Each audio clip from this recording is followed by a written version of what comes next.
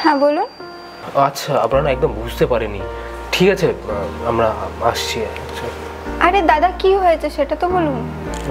না, আসলে আমরা হরিনাম সংকীর্তনে চাঁদার জন্য এসেছিলাম। আমরা তো জানতাম না যে।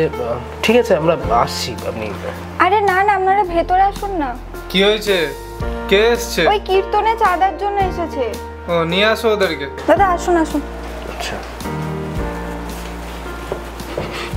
আসুন আসুন, আপনারা আসুন, বসুন।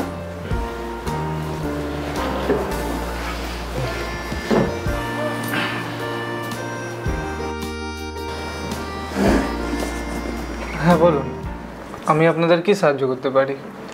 আসলে দাদা, আমরা আমাদের ক্লাবের পক্ষ থেকে প্রতি বছর হরিনাম সংকীর্তন করাই। তো এবছর আমরা চাঁদা কালেকশনে এসেছি।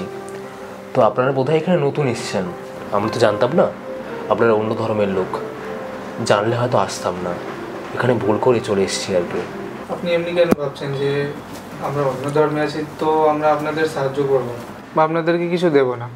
দেখুন, এই যে সব জাত ধর্ম তো মানুষরাই সব তৈরি করেছে না, আমাদের ভগবান তো কিছু করেনি।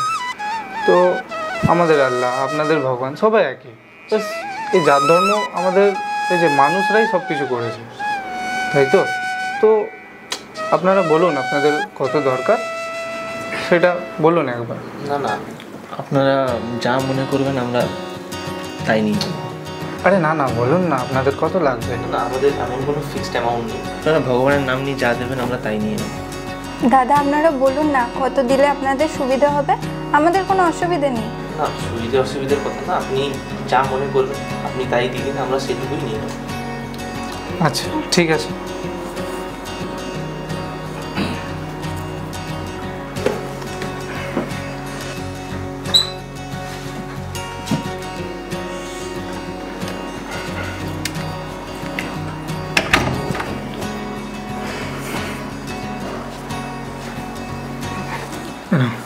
দিয়ে দাও। দাদা দেখুন তো এতে আপনাদের হবে কিনা।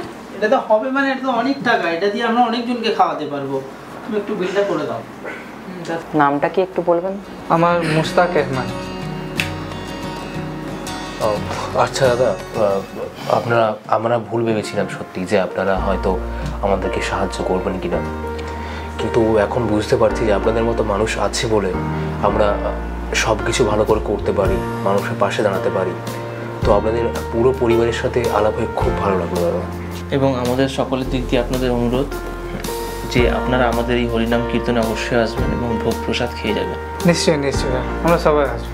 আর আমাদের পুচকিকেও নিয়ে আসবো। হ্যাঁ হ্যাঁ, অবশ্যই নিয়ে আসবেন। ঠিক আছে দাদা, আজকে আমরা আসছি।